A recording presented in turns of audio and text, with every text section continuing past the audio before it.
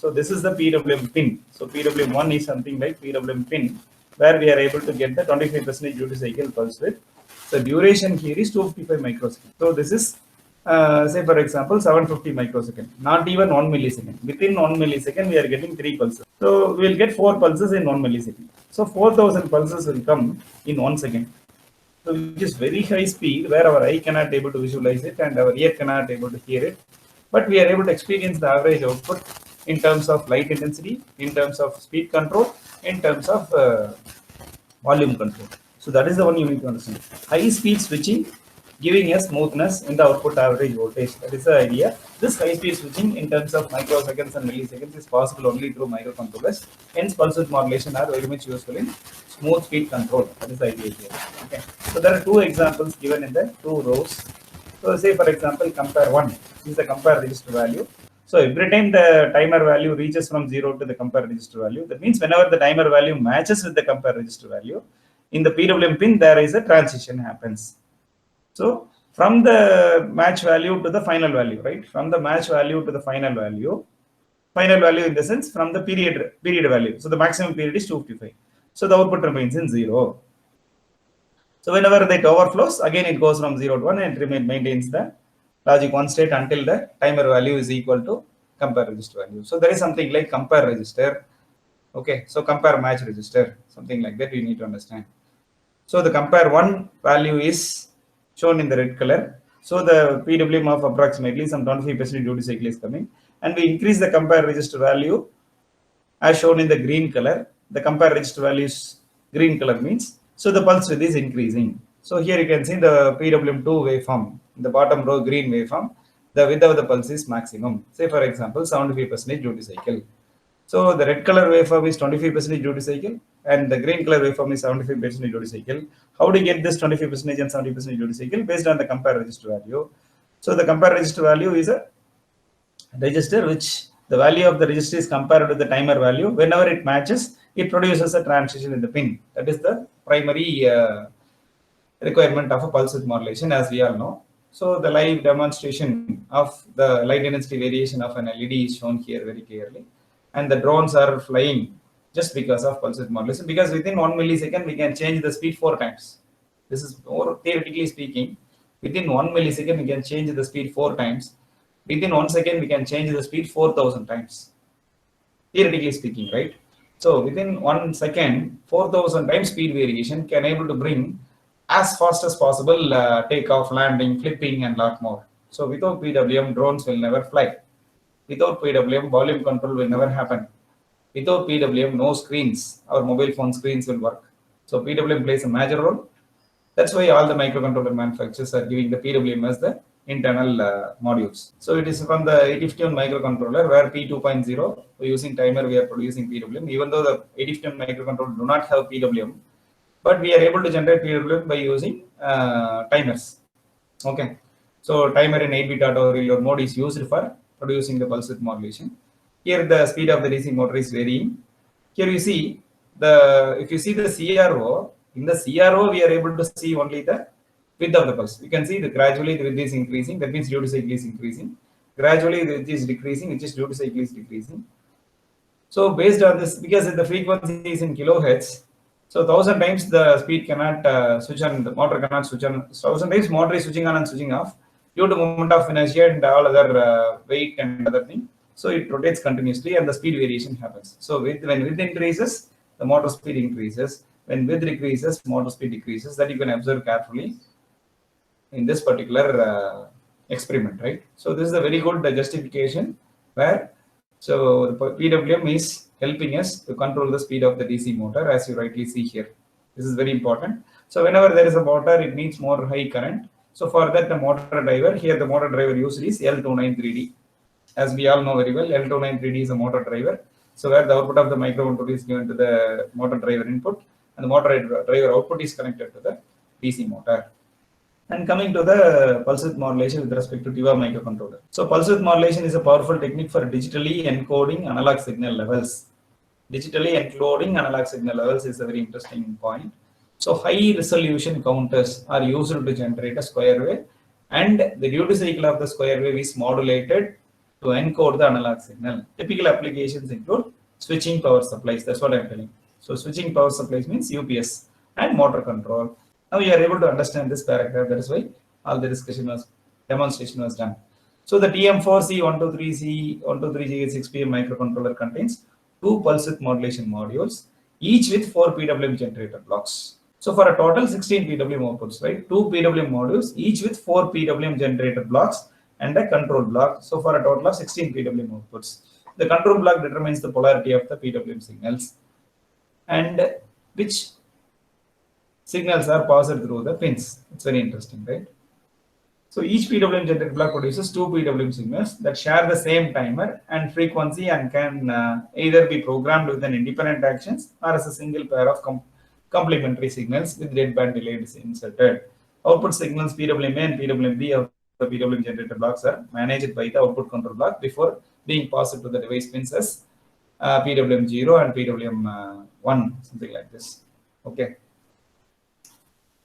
And if you look at the features, right, one fault condition handling inputs to quickly provide the low latency shutdown and prevent damage to the motor being controlled for a total of 2 inputs.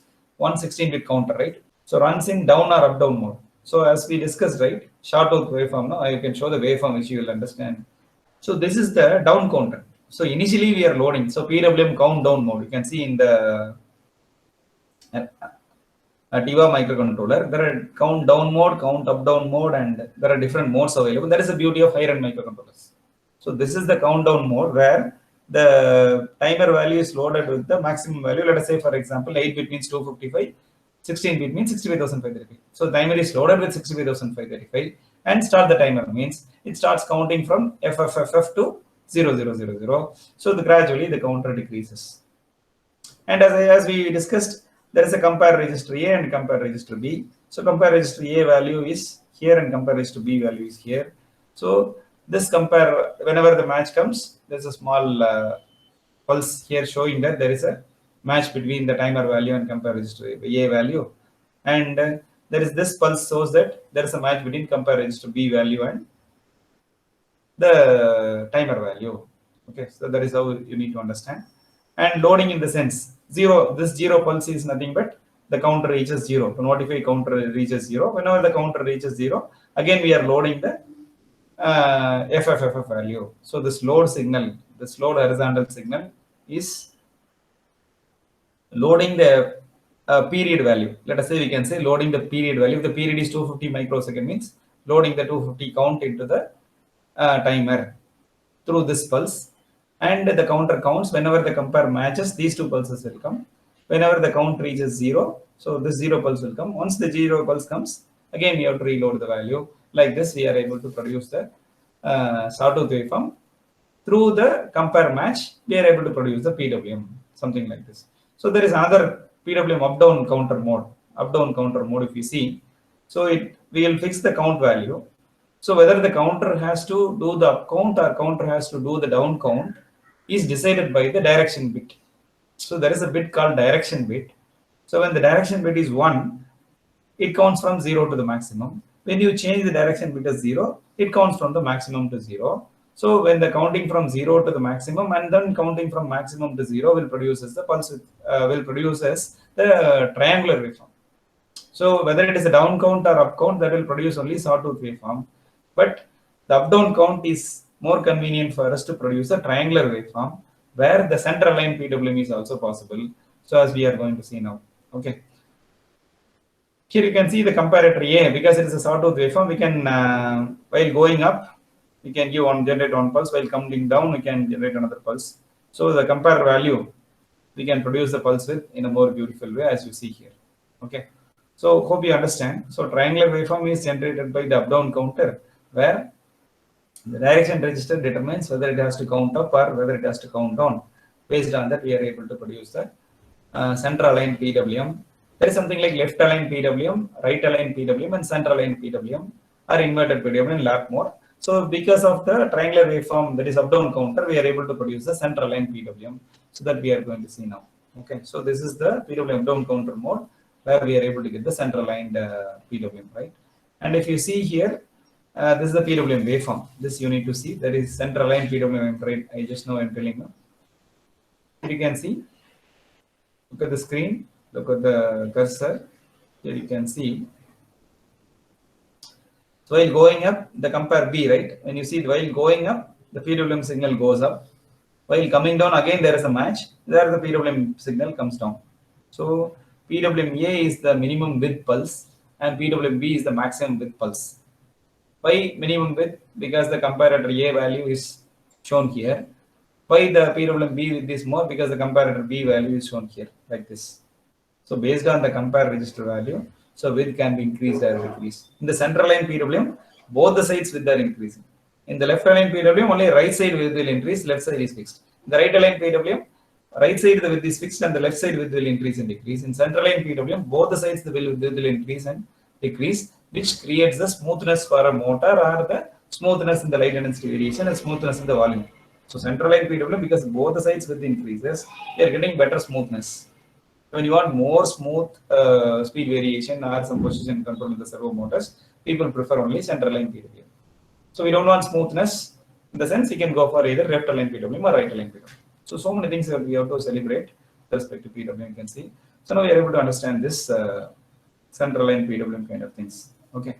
So then ADC triggering and other things. That is when you go to the practical case, you'll understand this. But the major thing you need to understand is there is a counter and there is a compare register and there is a period register. Whenever it matches, it produces a transition in the PWM pin. Because it is of high frequency, we are not able to see the variations. Hence, it is more convenient for us to generate the linear voltage waveforms in the PWM pin output. That is the one you need to understand. Now let us look at the features, which will be clear now. So by understanding all these things, we are able to understand much better about the features. You can see each PWM generator block has the following features. One fault conditioning handling input quickly provide a low latency shutdown and prevent damage to the motor being controlled for a total of 2 inputs. So one 16-bit counter runs in down or up down mode. Now you are able to understand why down or up counter mode basically here.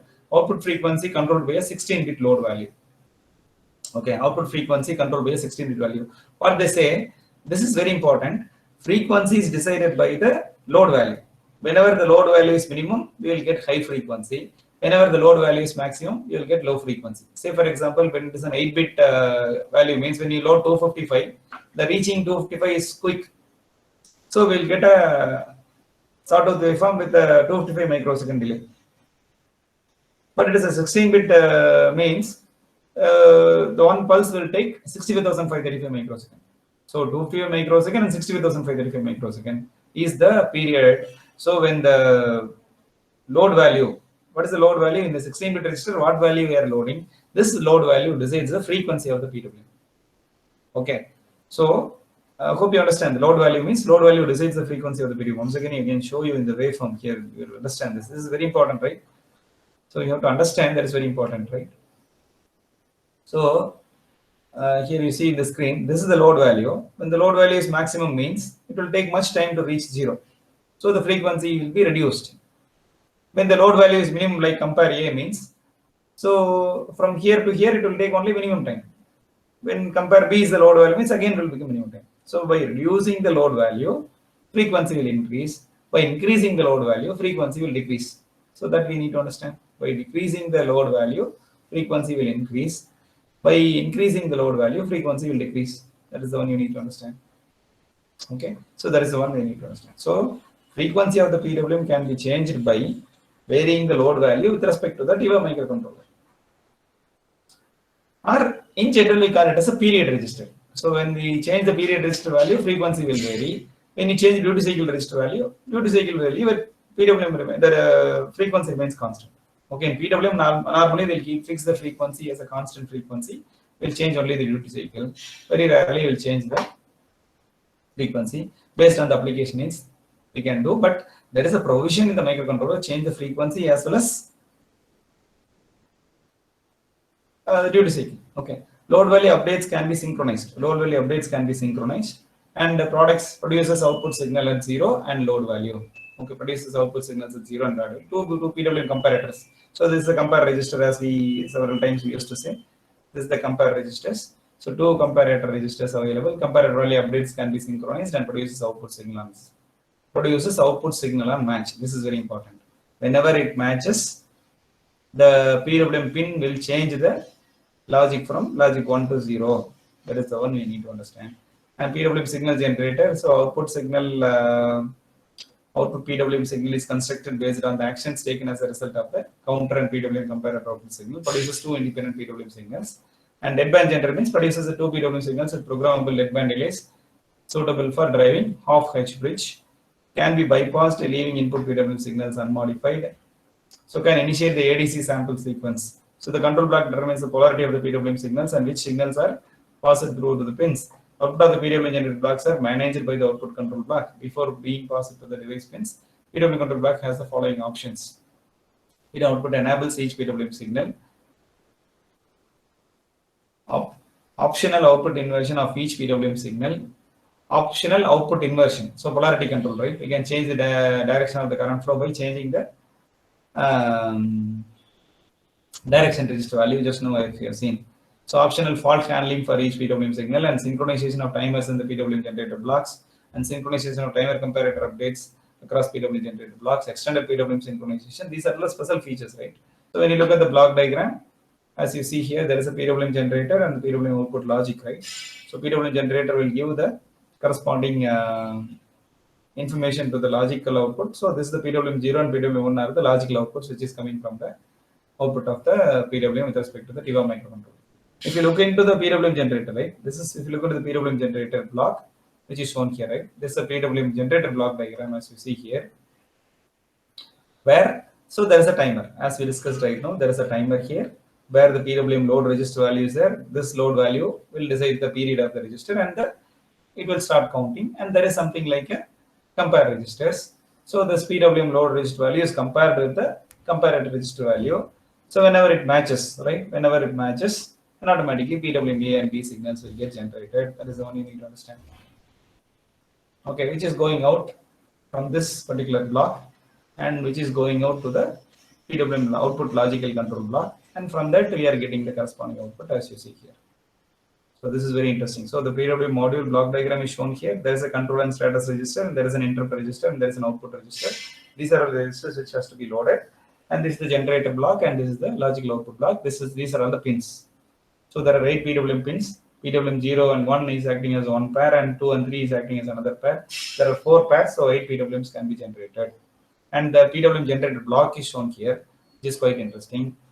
And these are all the signals. Okay, signal description, it's not necessary. So the concept behind the PWM generation with respect to the TIVA microcontroller is being discussed, and we are comfortable now.